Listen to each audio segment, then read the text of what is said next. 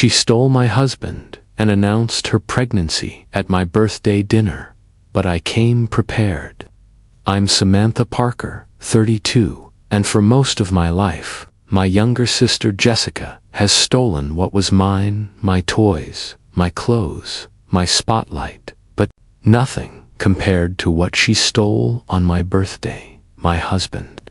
At my own dinner party, she proudly announced her pregnancy with Kyle, my husband of 7 years. But what they didn't know was, I had a secret of my own, one that would burn their perfect little fantasy to the ground. Growing up, Jessica was always the golden child. She got the attention, the compliments, and the benefit of every doubt. My achievements were met with polite nods, while Jessica's crayon doodles were praised as genius. She had a habit of claiming anything I love, whether it was a sweater, a part in a school play, or, eventually, Kyle. When I met Kyle in college, he felt like my safe haven. We fell deeply in love, built our lives together, and shared everything, or so I thought. But the cracks began showing a year ago. Late nights, hidden texts, sudden coldness.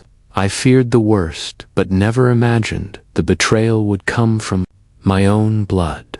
On my birthday, as my family gathered at my favorite restaurant, Jessica arrived in a blazing red dress with Kyle at her side. Moments later, she announced her pregnancy. And then, like it was a game, she declared Kyle was the father. But I didn't cry. I didn't scream. I smiled, cut my cake, and waited for the right moment. Because I had proof mails, surveillance, receipts, and one devastating fact they hadn't considered. Kyle had a vasectomy 2 years ago, meaning Jessica's pregnancy. It wasn't Kyle's, and I made sure they found out in front of everyone. The look on their faces, unforgettable. Betrayal hurts, but revenge, when served cold and calculated, is unforgettable. It started at my birthday dinner, the night Jessica tried to humiliate me by announcing her pregnancy with my husband, Kyle. But what she didn't expect was that I had a secret of my own. Medical documents proving Kyle had a vasectomy over 2 years ago. Jessica froze. Kyle turned pale. The truth unraveled fast. He couldn't be the father. So whose baby was she carrying? Her silence said it all. As the restaurant quieted, all eyes on our table, she bolted in shame. Kyle chased after her. I finished my cake alone, tasting nothing but betrayal. After that explosive dinner, I didn't go home. I checked into a hotel and called my lawyer the next morning. The divorce papers were drawn up fast, while Kyle bombarded me with texts begging for a second chance. I calmly packed up what was mine and walked away from the wreckage. Jessica called, too crying, scared, pregnant by a married man who didn't want her either. But I wasn't her safety net anymore.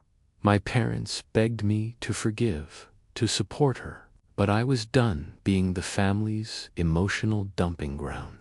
I moved into a new apartment, redecorated with colors Kyle hated, and rebuilt from the ashes. A year later, everything had changed. The divorce was final. Kyle moved away. Jessica gave birth to a son. DNA confirmed he wasn't Kyle's. The real father, a pharmaceutical exec, left his wife to move in with Jessica. My relationship with her is cautious, healing slowly. She even asked me to be the baby's godmother, a gesture that surprised me. I'd found peace, growth, and even a hint of new love. That birthday dinner shattered everything I thought I knew, but in the end, it became the catalyst for reclaiming my power. This time, I stood in the center of my own story, no longer in Jessica's shadow, but fully in the light.